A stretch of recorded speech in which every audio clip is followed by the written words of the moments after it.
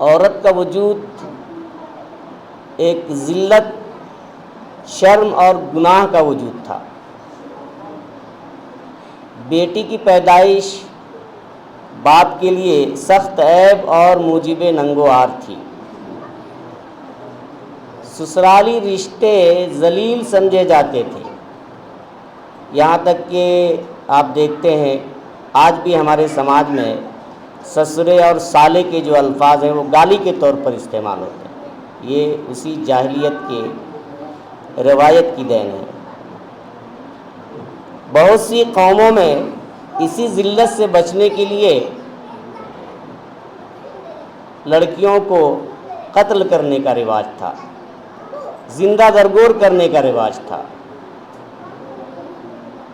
جب بیٹیوں کی پیدائش کا وقت آتا تو خوشی کے بجائے بہت ہی افسوس کا اظہار کرتے۔ اس کی تصویر قرآن مجید نے بڑے خوبصورت انداز میں کھینچی ہے کہ وَإِذَا بُشِّرَ أَحَدُهُم بِالْأُنثىٰ ظَلَّ وَجْهُهُ مُسْوَدًّا وَهُوَ كَظِيمٌ يَتَوَارَىٰ مِنَ الْقَوْمِ مِنْ سُوءِ مَا بُشِّرَ بِهِ أَيُمْسِكُهُ عَلَىٰ هُونٍ أَمْ يَدُسُّهُ فِي التُّرَابِ أَلَا سَاءَ مَا يَحْكُمُونَ۔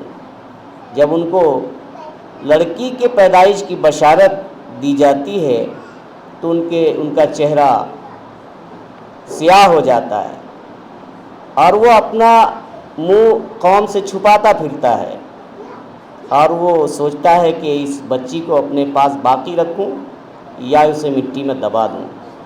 قرآن کہتا ہے کہ کتنا برا خیال ہے اور کتنا برا فیصلہ ہے جو یہ کر رہے ہیں۔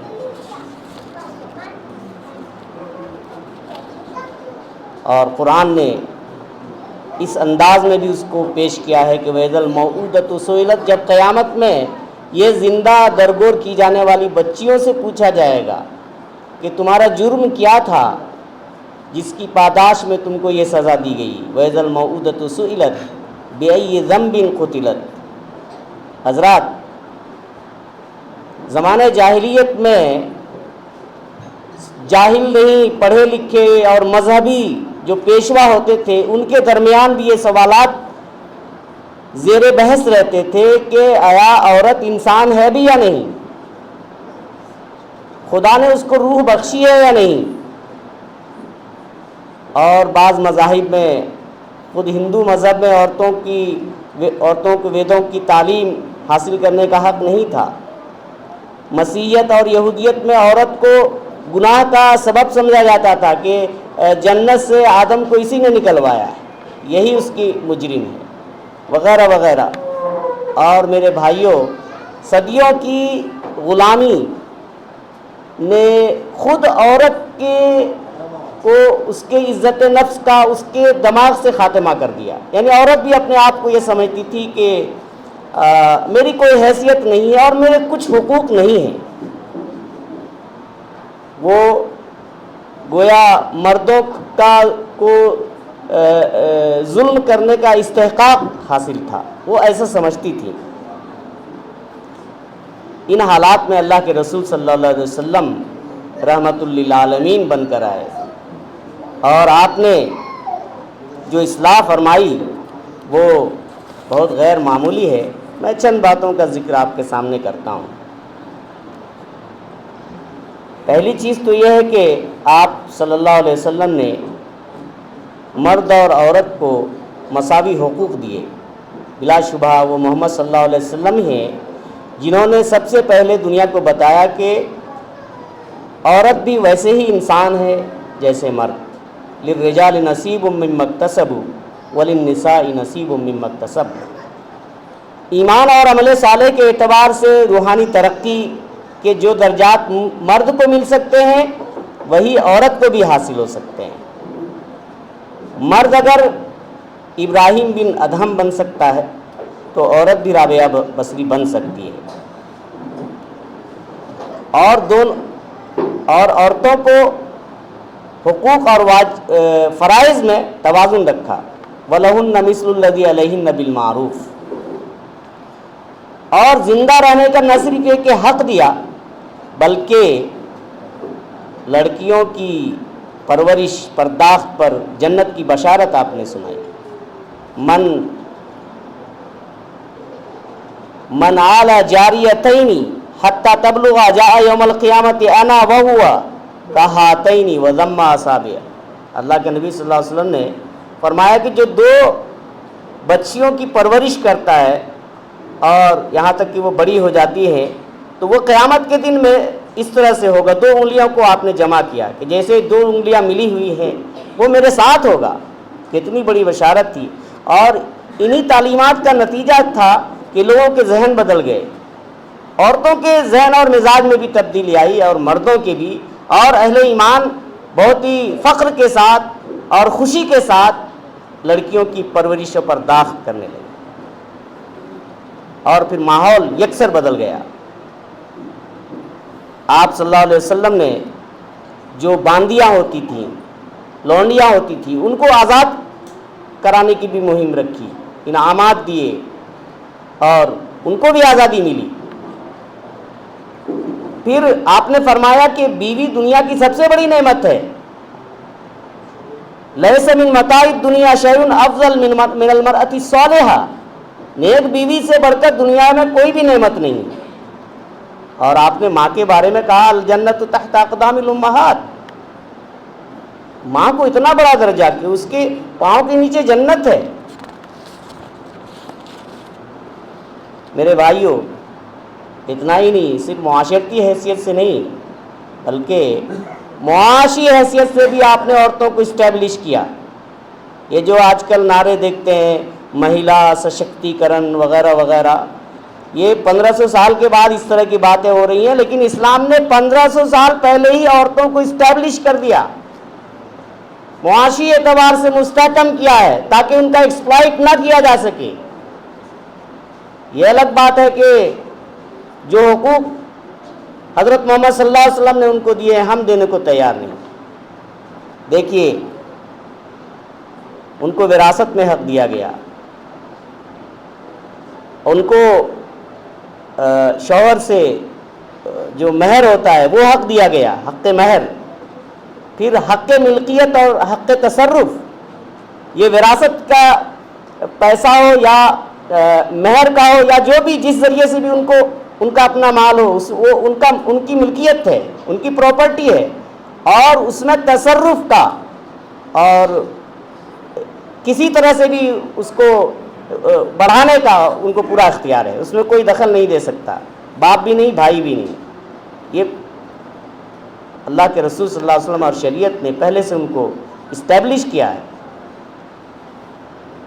اور ان سب کے باوجود بیوی اگر بہت مالدار ہے تو بھی شوہر پر بیوی کا نفقہ واجب قرار دیا گیا, اور شوہر کے انتخاب میں بھی اس کو آزادی دی گئی. زبردستی اس کا نکاح کسی کے ساتھ نہیں کرایا جا سکتا. پھر نکاح ہو گیا تو اس کا مطلب ہی نہیں کہ اب مرنا جمنا اسی کے ساتھ ہے چاہے جیسے بھی ہو, ایسا نہیں ہے. اگر نباہ نہیں ہو سکتا ہے, دونوں میں میچنگ نہیں ہو رہی ہے, تو یہ نہیں ہے کہ گھٹ گھٹ کر وہ مر جائے اسی کے ساتھ رہے. نہیں, راستہ رکھا ہے اسلام نے. خلا کے ذریعے سے, تفریق کے ذریعے سے آزادی حاصل کی جا سکتی ہے, دوسرا نکاح کیا جا سکتا ہے. اور اگر وہ بیوہ ہے تو بھی وہ دوسرا نکاح کر سکتی ہے, مطلقہ ہے تو بھی دوسرا نکاح کر سکتی ہے. اسی طرح سے تعلیم کا حق دیا گیا. حضرت عائشہ صدیقہ رضی اللہ تعالیٰ عنہ صحابہ کرام کو تعلیم دیتی تھی. اللہ کے رسول نے عورتوں کے لیے مخصوص ایام متعین کر دیے تھے تعلیم کے لیے. اور آخری بات, آپ نے عورتوں کو عبادت گاہ میں جانے کا حق بھی دیا. اللہ کے رسول کے زمانے سے لے کر آج تک خواتین مدینہ منورہ میں مسجد میں جاتی ہیں, یہ ان کا حق ہے. لا تمنعوا اماء اللہ من المساجد. اللہ کے نبی نے فرمایا کہ اللہ کی ان باندیوں کو مسجد سے روکو مت. وہ جمعہ کے خطبوں میں شریک ہوتی تھیں، عیدین کی نماز میں شریک ہوتی تھی، یہاں تک کہ جن عورتوں کو مجبوری ہے شرعی وہ بھی جاتی تھی عیدین کی نماز میں اللہ کے رسول کا خطبہ سننے کے لیے۔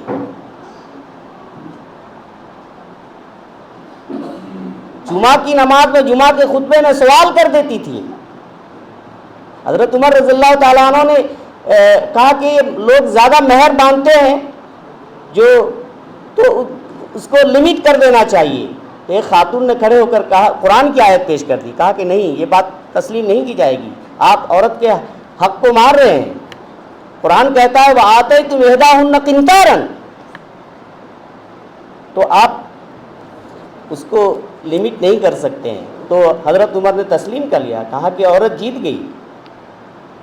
تو آپ دیکھیں گے کہ عورتوں کو کتنے حقوق دیے گئے، کتنی آزادی دی گئی، اور اسی میں ان کی عزت بھی ہے، ہمارے سماج کی بھلائی بھی ہے۔ مجھے پرچی مل گئی ہے لیکن 4 منٹ مزید اس میں لکھا ہوا ہے، تو میں بھی کچھ بول سکتا ہوں۔ میں اسی پر بولوں گا کہ عورتوں کو مساجد میں جانے کا حق اسلام نے دیا ہے، اور ہمارے ملک میں ہندوستان میں بہت زمانے کے بعد چند مہینے پہلے ہمارے علماء کرام نے اس بات کو تسلیم کر لیا۔ جو نہیں کر رہے تھے، فتوے دے رہے تھے کہ عورتوں کو مسجد میں نہیں جانا چاہیے، سپریم کورٹ میں انہوں نے حلف نامہ داخل کیا کہ نہیں، مسجد میں جانا عورتوں کا حق ہے اور ان کو جانے سے نہیں روکنا ہے۔ ہاں، مخلوط اجتماعات کی اجازت نہیں ہے، عورتوں کے لیے سیپریٹ نظم کرنا چاہیے۔ اب دیکھیے یہی شہر ہے ارریہ، سینکڑوں عورتیں آتی ہیں یہاں پر علاج کے لیے، ہاسپٹل وغیرہ اور دوسری ضروریات کے لیے، لیکن یہاں ان کی نماز کا کہیں کوئی نظم نہیں ہے۔ یہ سچویشن کیرلا میں نہیں ہے۔